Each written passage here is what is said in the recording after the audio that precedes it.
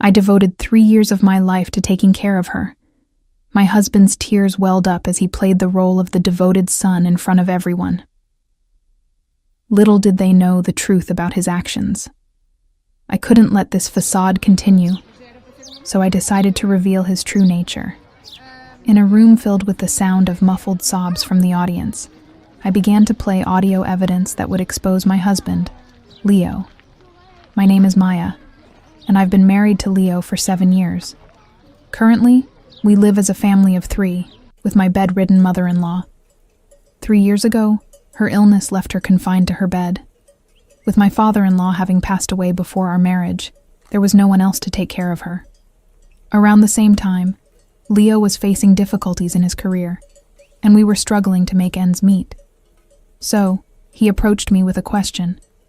Could we all live together with my mother-in-law? She agreed, feeling a sense of guilt about relying on us.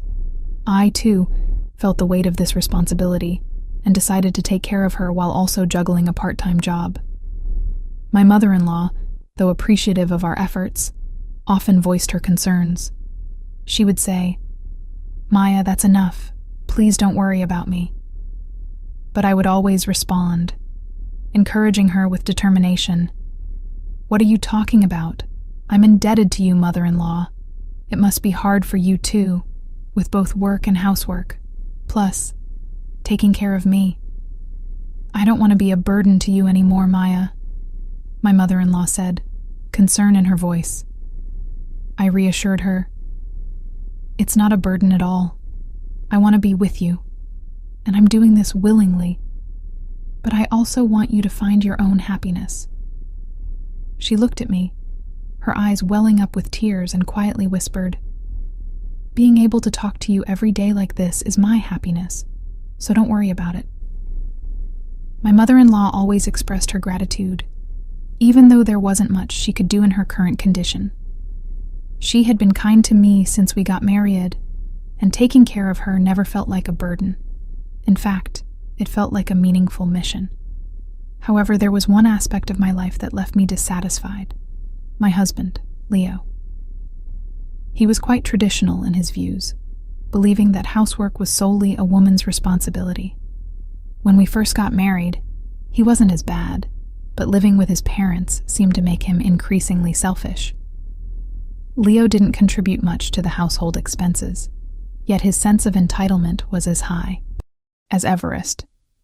For example, when he came home, he would start yelling if I didn't greet him at the door, saying, "Hey, Maya, I'm home. Why aren't you greeting me? Hurry up, get my stuff." I frowned and voiced my complaints.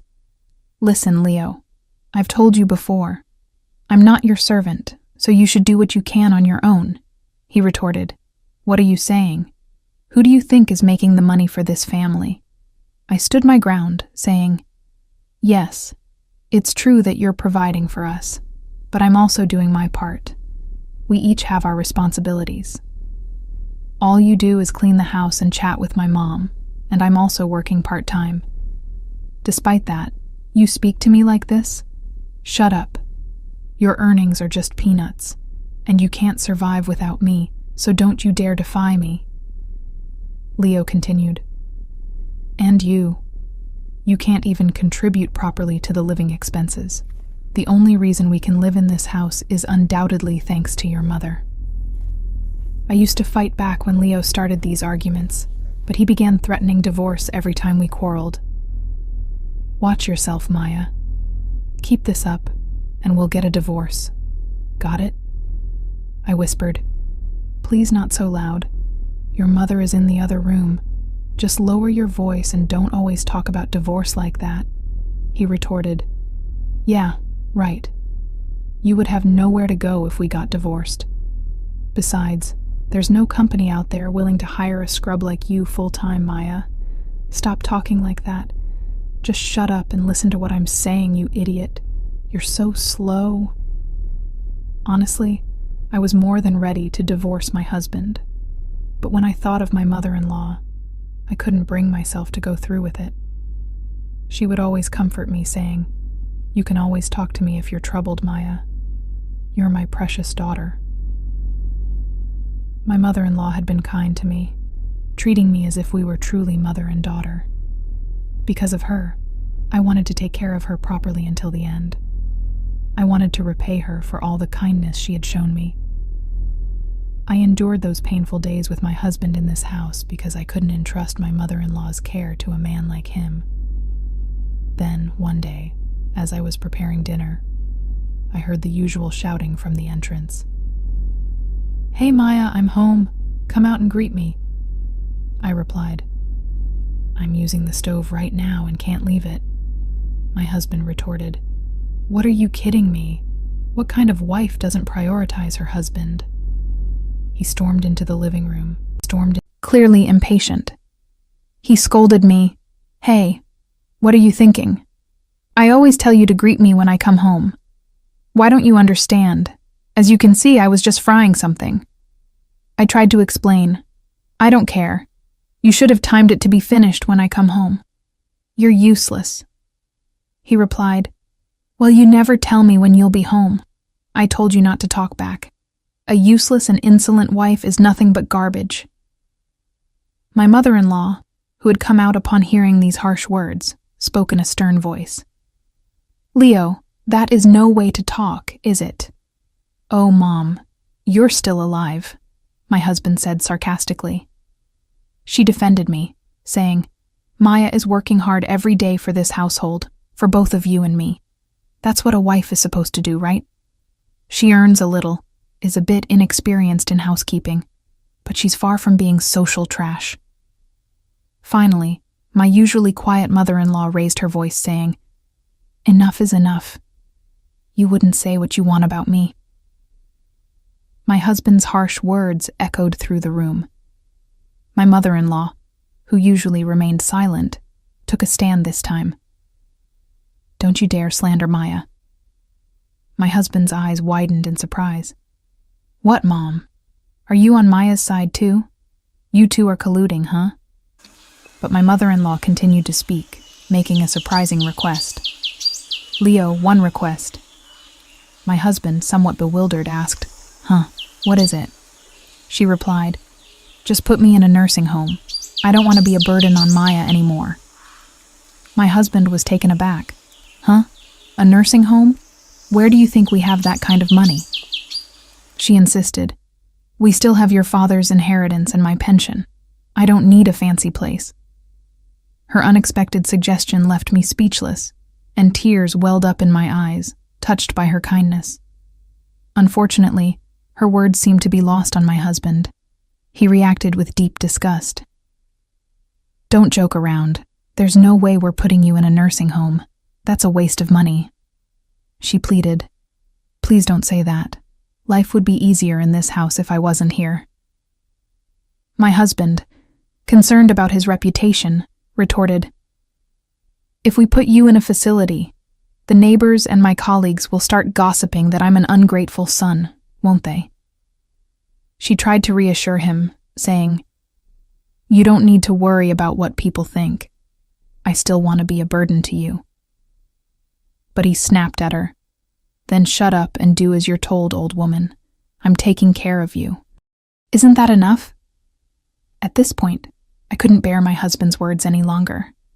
I raised my voice, feeling the need to address the issue. "Are you talking about who's the ungrateful one here? This house originally belongs to your mother, doesn't it?" My husband, growing increasingly irritated, shot back, "Are you talking back to me again?" I continued, undeterred. "But that's true, isn't it? 3 years ago, when you were fired, we were in trouble, and didn't your mother-in-law gladly take us in? How can you say that?" My mother-in-law, who was caught in the middle, tried to mediate. "Shut up, both of you." I couldn't contain my frustration and made a desperate plea to my husband. "And I'm not doing this reluctantly. I'm taking care of your mother out of my own will. Stop making unilateral decisions." However, my husband responded dismissively, "That's true, troublesome."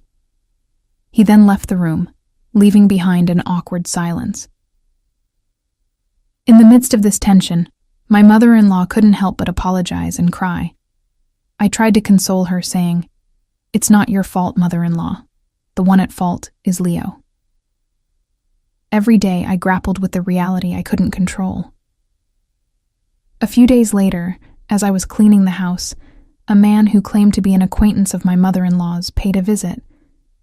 Mother-in-law looked surprised, but wore a full smile. "Oh, is that you, George? You came to visit. Well, if I was asked to visit my senior Linda, I couldn't refuse, could I?" The visitor acknowledged her warmly. "I remember trading with you a lot at work when we were younger, right?" Mother-in-law nodded. Yes, I'm grateful." "So, what's your will? Why did you call me today?" Mother-in-law looked at me and apologetically asked, "Sorry, could you step out for a bit?"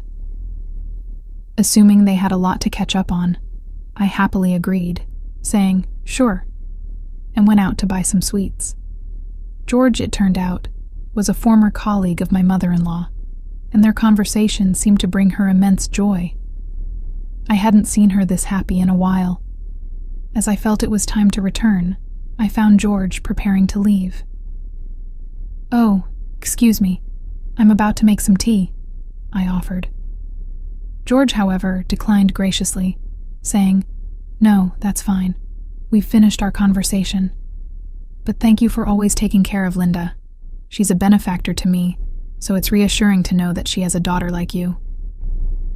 With that, he bowed his head to me and departed. From that day forward, George became a regular visitor, and he and my mother-in-law always had lively conversations. Several months later, my mother-in-law's health took a turn for the worse, and she had to be rushed to the hospital. In a state of panic, I called my husband, but his response was disheartening. "My mom's in danger," I pleaded. "Please, I need you." My husband's response was callous. "As if I care. You're there, you can handle it." Desperation in my voice, I continued, "But the doctor says her condition's unpredictable. Please, I need you." However, my husband was obstinate. "No way, I'm leaving for a business trip today." I implored him to reconsider. "What do we do now, of all times? Please try to cancel it." But my husband's response was cold and unyielding. "Are you stupid? There's no way." My husband hung up abruptly, leaving me in a state of confusion. I slumped down in front of my mother-in-law's hospital room, overwhelmed by the situation. My thoughts raced. How could he go on a business trip while his mother was in this critical state? It felt incredibly cruel. How could I break this news to my ailing mother-in-law? Just as I was sinking into despair, George appeared, offering support. "Maya, what's wrong?" George asked. "Something happened, right? Let's go to your mother-in-law's room for now." I nodded, appreciating his understanding. We entered the room together, and my mother-in-law looked at us, struggling to speak. "George, you're here. So, does that mean you did what I asked?" she inquired. George replied, "Yeah, but are you sure about this?" My mother-in-law nodded firmly. "Of course. I have to clear things up before I go, don't I? I understand." She then reached out, weakly taking my hand. "Maya, there's something I want you to know." I asked, "What is it?" She began to reveal a shocking truth. "My son has been withdrawing money from my account meant for my pension and spending it on his mistress. He's been having an affair.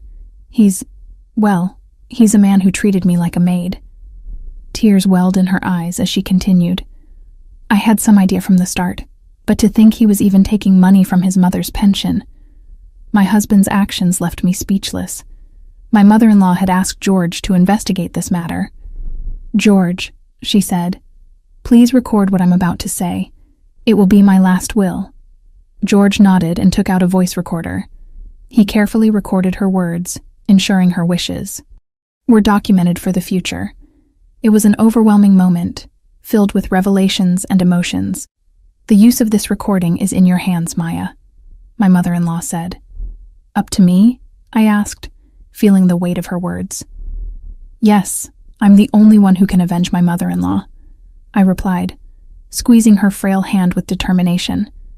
The following day, my mother-in-law passed away, entrusting her final wish for justice to me. 2 days later, At the funeral, a large crowd gathered to pay their respects. My husband, ever inappropriate, couldn't resist making comments. "I didn't expect so many people to come," he remarked callously. "It's a great opportunity to show off my skills as the chief mourner." I couldn't contain my anger. "What are you talking about? You weren't even there when she passed." Ignoring my reproach, he continued casually, "I'll make everyone cry with my touching eulogy. My bosses from work are here too. If they're moved by how filial I am, it could boost my reputation and lead to a promotion. Just kidding." My frustration was building. "How can you act like this when your mother just passed away?" But he remained indifferent. "Just think about it. Now that Mom's gone, I'll get Dad's inheritance. I'm so lucky." I tried to control my seething anger as my husband cheerfully delivered the eulogy. He spoke about the 3 years of devotion in caring for his mother, then, with feigned tears in his eyes, declared, "But in vain, she has passed away. I have no regrets." I stood proudly, knowing that I had been able to support my mother until the end. During my husband's eulogy, sobs could be heard from the audience, and he seemed to revel in the emotional reaction he was evoking. He spoke with an air of drama, as though he had always been a dutiful son. The attendees, unaware of the truth, listened to his words with tears in their eyes. As my husband concluded his speech, I decided it was time to act. I stood up, facing him directly, and took out a voice recorder. His eyes widened with surprise, and he tried to stop me, but I paid no heed to his restraint. "Ladies and gentlemen," I addressed the room, "please take a moment to listen to this recording." I pressed the play button, and my mother-in-law's voice resonated through the room. It was a message she had recorded in the hospital, addressing the attendees. "Thank you all for attending today. There is something I absolutely want you to hear, so I've left this voice message." My husband and the attendees were taken aback by the unexpected turn of events. "I believe you've just heard my son's speech," I continued. He was talking as if he had been a dutiful son. The room fell silent as the truth became evident. My mother-in-law, who knew my boastful husband all too well, had anticipated his behavior and taken steps to expose his lies.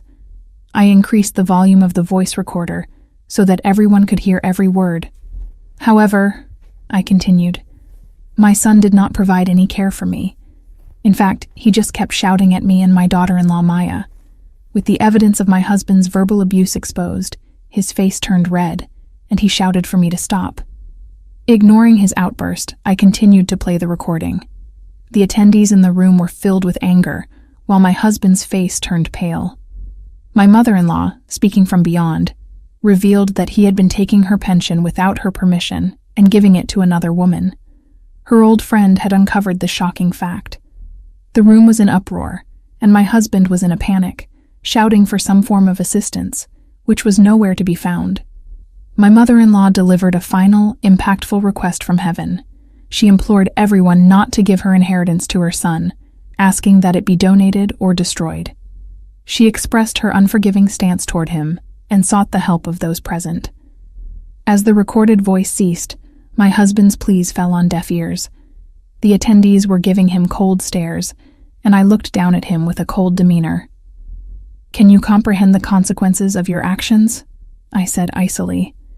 "You abandoned the care of your mother and were having an affair. You've learned a valuable lesson from all of this, haven't you?" My husband, in desperation, implored me not to say something that would further condemn him. But I made it clear that I would never forgive him. After tormenting his mother and belittling others, he would have to face the consequences on his own. Amid the cold stares from the attendees, my husband collapsed to the ground, his face drained of color. After this revelation, I decided to divorce my husband. With my mother-in-law's passing, there was no reason for me to remain in a marriage tainted by his actions. I later learned that my ex-husband had been fired from his job, and it wasn't surprising since his boss had attended the funeral and likely learned of his misdeeds. In the aftermath, I demanded alimony from my ex-husband, which infuriated his mistress, leading her to promptly end their relationship. A few months later, my ex-husband found a new job through George's introduction, which, as I would discover, was all part of my mother-in-law's plan. He was employed at a company known to George, and from his salary, I received the alimony payments every month without fail. Meanwhile, I began living independently with the financial support left to me by my mother-in-law. George, who was genuinely concerned about my well-being, even helped me secure a full-time job. This, as it turned out, was in accordance with my mother-in-law's will. I can never express enough gratitude to my mother-in-law for all she had done for me. I stood before her grave, offering a prayer of thanks from the depths of my heart. "Thank you so much, mother-in-law," I whispered, making a solemn promise to myself that I would cherish and make the most of the life she had made possible for me.